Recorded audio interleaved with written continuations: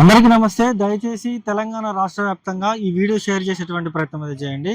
ప్రస్తుతం నేను ఖమ్మంలో ఉన్నాను. ఖమ్మంలో భూదాన్ భూములకి సంబంధించినటువంటి విషయం ఇటు తెలంగాణ రాష్ట్ర వ్యాప్తంగా చర్చనీయాంశంగా మారింది. ప్రస్తుతం మనం విజువల్స్ లో చూసుకోవచ్చు. భూదాన్ భూములకి సంబంధించినటువంటి బాధితులంతా కూడా ఇక్కడ ఉన్న పరిస్థితి కూడా ఉంది. ఏదైతే ఖమ్మంలోని ఏదైతే అంబేద్కర్ కి సంబంధించింది ఉందో దాని దగ్గర అయితే వీళ్ళని తీసుకొచ్చి ఇక్కడ ఉంచిన పరిస్థితి కూడా ఉంది. చాలా మంది బాధితులు కూడా ఉన్నారు. ఒకసారి మాట్లాడే ప్రయత్నం చేద్దాం. చెప్పండి అమ్మా, అసలు ఎప్పుడు తీసుకొచ్చారు మిమ్మల్ని ఇక్కడికి? ఏం జరిగింది అసలు? 3 days అవుతుందండి. మా ఇల్లు కూలగొట్టి తెల్లవారు గట్ల జేసీపీలు వచ్చి మాకు పైనుంచి ఆర్డర్ లేదు, ఏం లేదు, మాకు అసలు ఏమైనా చెప్పలేదు. అసలుకి అనుకోకుండా మాకు సామాన్ సర్దుకునే టైం కూడా అసలు ఇవ్వలేదు. మేము అన్ఎక్స్పెక్టెడ్ గా అసలు పిల్లలు మేము అందరం బయటకు వచ్చేసాము. మేము భయానికి గురి అయిపోయినాం. అసలు ఏమి మాకు ఆర్డర్ కూడా ఇవ్వలేదు. మమ్మల్ని కట్టుబట్టలతోటి బయటకు వెళ్ళాము మేము. మాకు వసతులు కూడా ఏమీ లేవు. మా గిన్నెలు బట్టలు అన్ని కూడా అందులో కూల్చేశారు. మాకు న్యాయం ఏ విధంగా చేస్తారో మరి అంతా మీకే చెప్తున్నాం. అది చూసుకోవచ్చు. చాలా మంది బాధితులు చిన్న చిన్న పిల్లలు ఎవరైతే ఉంటారో వాళ్ళందరూ కూడా ఇక్కడ ఉన్న పరిస్థితి. ఖమ్మంలో ఉన్నటువంటి పేద ప్రజలు వీళ్ళంతా కూడా ఖమ్మంలో ఏదైనా కూలి పనులకు వెళ్ళాలంటే అక్కడి నుంచే ప్రజల్ని తీసుకొని వెళ్ళి పనులు చేయించుకుంటున్న పరిస్థితి. అలాంటి వాళ్ళందరూ కూడా ఇక్కడ ఉన్న పరిస్థితి కూడా ఉంది. చిన్న చిన్న పిల్లలతో పాటు ముసలి వాళ్ళు, అదే విధంగా హాస్పిటల్కి వెళ్ళే వాళ్ళు, నిన్న కాక మొన్న డెలివరీ అయిన వాళ్ళు కూడా ఇక్కడ ఉన్న పరిస్థితి. మనతో పాటు ఒక పెద్ద మనిషి మాట్లాడదాం. పెద్ద చెప్పే, ఎప్పుడు వచ్చారు ఇక్కడికి? అసలు ఏం జరిగింది అక్కడ? 3 రోజులు అయింది. 3 రోజుల నుంచి మాకు ఇదే పరిస్థితి. ఒంటిళ్ళు గోలు కొట్టారు, తీసుకొచ్చాడు పెట్టారు. తిండిలు తిప్పలు లేవు. మా ఆడ మనిషి అడ్డం పడదు. దానిపై మా పరిస్థితి ఏంటి? మేము యాడి పోవాలా? ఏం చేయాలా? ఎట్లా ఎవరు చూసేది మమ్మల్ని? మేము కోరుకునేది ఒకటే, మాకు ఉండటానికి ఒక నీడ కావాలి. దాంట్లో పడి బతుకుతాం. అది ఎవరి ప్రభుత్వం ఇచ్చిందో ఏ నాయకులు ఇస్తారో తెలియట్లా. ఈ భూదాన్ భూములు అసలు మీకు ఎవరు ఇచ్చిండ్రు? మా భూదాన్ పోవాలంటే వాళ్ళు బొత్తి గారు అన్న ఒక ఆయన ఉండవు. ఆయన నడుపుతుండదు మేము మెయింటింగ్ మొత్తం. ఆయనకింత 10-15 మంది ఉండారు. వాళ్ళ దగ్గర వాళ్ళు మాకు ఇది చేశారు. కట్టుకోండి అని చెప్పి మోసం చేసి కట్టించి మరి పడేపించారు. పడేపించి ఆడ తీసుకొచ్చి పెట్టారు. మరి ఏం చేయాలి? మా పరిస్థితి అర్థం కావట్లా. సావా బతుక రెండు. మాకు అందుకనే ప్రభుత్వం మాకు నీడ చూపిస్తే ఆ నీళ్ళలో పడి బతుకుతాం. అది చూసుకోవచ్చు. చాలా మంది చిన్న చిన్న పిల్లలు, నిన్న కాక మొన్న డెలివరీ అయినటువంటి వాళ్ళు కూడా ఇక్కడ ఉన్న పరిస్థితి కూడా ఉంది. సరే ఉన్నారు, మాట్లాడదాం. చెప్పండి అన్న, అసలు ఏం జరిగింది అక్కడ? ఎన్ని గంటలకి వచ్చి ఇల్లు కూల్చారు? మొన్న ఉదయం వచ్చారన్న, తెల్లవారుజామున 6-6:30 ప్రాంతాల్లో వచ్చారు. వచ్చి మేము ఉంటున్నటువంటి గుడిసెలన్నింటినీ కూల్చిపడేశారు. ఆ నుంచి ఆ రోజంతా సామాన్ చదువుకొని అవన్నీ తీసుకొని మమ్మల్ని ఇక్కడ పునరావాస కేంద్రం ఇక్కడ పంపించారు. ఇక నుంచి ఇంటికి పొమ్మంటున్నారు. మాకు ఇల్లు యాడికి పోవాలి, ఏం చేయాలో మాకు తెలియట్లేదు. మమ్మల్ని ఏం చేస్తారో కూడా అర్థం కావట్లా. ఇప్పుడు చిన్న పాప ఉంది. చిన్న పాపతో మరి ఇబ్బంది కావట్లేదు ఇక్కడ ఉండడం? అన్న ఇగో మీరు చూస్తున్నారుగా ఎంత ఇబ్బంది పడుతున్నాం. ఇబ్బందే కానీ ఏం చేసేది? మేము ఎటు పోవడానికి మాకు ఛాన్స్ లేదేగా. మాకు ఇల్లు ఉంటే పోయేటోళ్ళం, ఇల్లు లేదు. ఇక తప్పదు. ఎన్ని రోజులైనా వాళ్ళు ఏం చేసినా కానీ ఏడుంటామే. ఆ బాబుని ఇబ్బంది పెట్టుకుంటే ఏడుంటాయి, మేము ఇబ్బంది పడుకుంటాం. చెప్పండి అమ్మా, మీరు చెప్పండి. అసలు మీరు ఎంతకాలం నుంచి అక్కడ ఉంటా ఉన్నారు? అసలు మరి ఇంట్లో సామాన్లు తీసుకొని వచ్చిండ్రా? సామాన్లు కొన్ని తీసుకొని ఇచ్చారు, కొన్ని ఆటోమేటిక్ గా జేసీబీలు వచ్చి కూల కొట్టేశారు. మేము ఎప్పటి నుంచో అక్కడ ఉంటున్నాము. మాకు ఇల్లు లేదు సార్. మా ఇల్లు కూల కొట్టారు.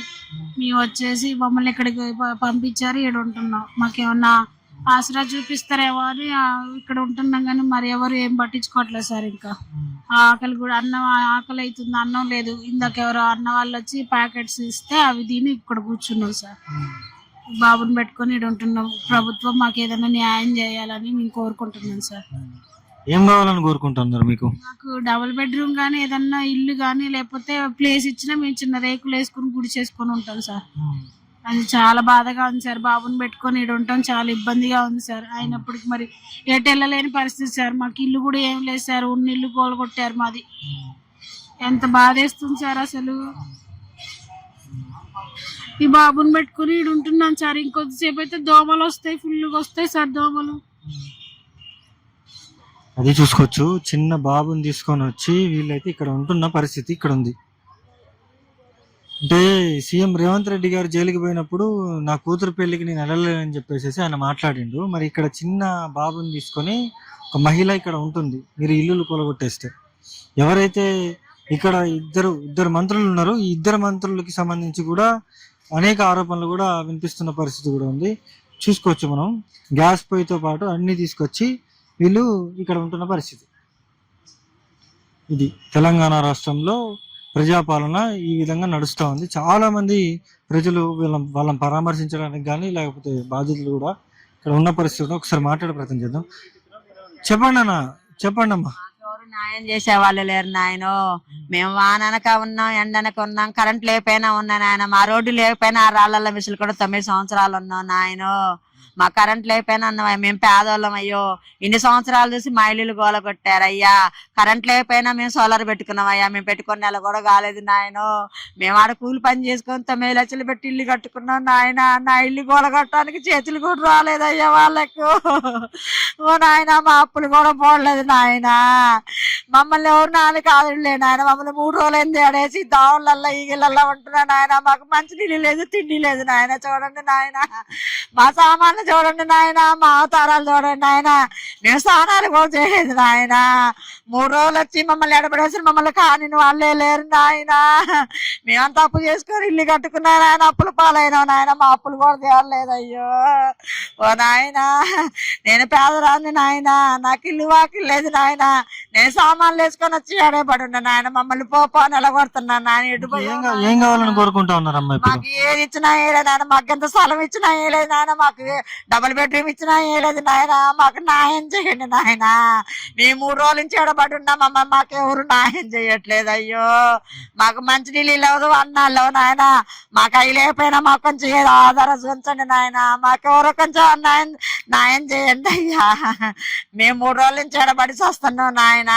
మా సొంత ఇల్లులే మా గోల కట్టారు, మమ్మల్ని రోడ్డు పాలు చేశారు నాయన. మమ్మల్ని వెళ్ళి అంటే మేము ఎటు పోయాం నాయన. మాకే రైలు కట్టుకోవటానికి చేతకాకనేగా నాయన మేము ఏడున్నది. మమ్మల్ని రోడ్ల పాలు చేశారు అయ్యా. అంబేద్కర్ దానికి పోండి అని మమ్మల్ని ఎలగొట్టారు నాయన. ఇప్పుడు పోండి అంటే ఎటు పోయాం నాయన. మాకు న్యాయం చేయండి నాయన. మా కరెంట్ లేకపోయినా మేము ఉన్నాం నాయన. అది చూసుకోవచ్చు, కన్నీరు మున్నీరుగా వాళ్ళు విలిపిస్తున్న పరిస్థితి కూడా ఉంది. మనతో పాటు ఇంకొక అమ్మ కూడా ఉంది, మాట్లాడదాం. చెప్పండి అమ్మా, ఏం జరిగిందమ్మా అసలు?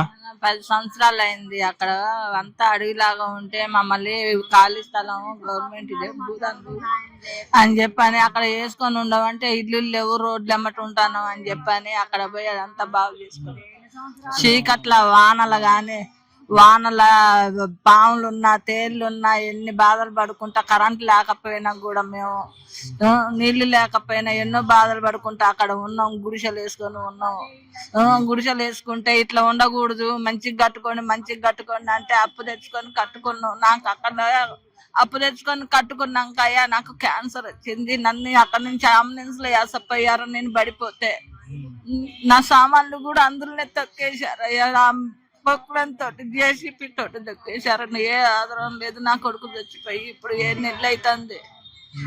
పోషించేవాడు ఆడ ఉండి కూడా మిరపకాయలు తొడాలు తీసుకొని ఖమ్మం రావాలన్నా కూడా ఛార్జీలకి లేక ఎన్నో ఇబ్బందులు పడి ఎన్నో బాధలు పడ్డాం అయ్యా. తీరా చూస్తే ఇప్పుడు ఏ ఆధారం లేకుండా ఏకన వచ్చి వెళ్ళిపోండి అని చెప్పి మాకు ఏది కూడా చెప్పలేదు. మీరు ఖాళీ చేయండి అమ్మా అని చెప్పలేదు. మీరు ఏంటి ఇక్కడ ఎందుకుంటున్నా కూడా ఏం మాట్లాడలేదు. అనుకోకుండా వచ్చి జేసీపీలతోటి వాళ్ళు మొత్తం వాళ్ళని వండుకొని తింటానికి కూడా లేకుండా అందులో వేసేసారయ్యా. ఆఫ్ చేసినా కూడా ఆగలేదు. ఏదన్నా ఒక న్యాయం చేయండి, మాకు ఉండటానికి ఒక గృహ ఏర్పరచండి అని చెప్పని వేడుకుంటున్నాయి. అది చూసుకోవచ్చు, ఇక్కడ ఉన్నటువంటి బాధితులంతా కూడా కన్నీరు మున్నీరుగా విలిపిస్తున్న పరిస్థితి ఉంది. సుమారు 1000 మందిని ఇక్కడికి అయితే ఉంచి ఇక్కడ 3000 మంది పైగా ఇక్కడ ఉంచిన పరిస్థితి కూడా ఉంది. దీనికి సంబంధించినంత వరకు ఇక్కడ వాళ్ళ బాధితులంతా కూడా ఒకసారి మనం విజువల్స్ లో చూసుకోవచ్చు. వాళ్ళ సామాన్లు కూడా ఇక్కడ ఉన్న పరిస్థితి ఉంది. మేము ఎక్కడ ఉండాలి, ఎక్కడ ఇది చేయాలంటూ కూడా వాళ్ళు ఇది చేస్తున్న పరిస్థితి కూడా ఉంది. ఇది ఇక్కడ ఉన్న పరిస్థితి.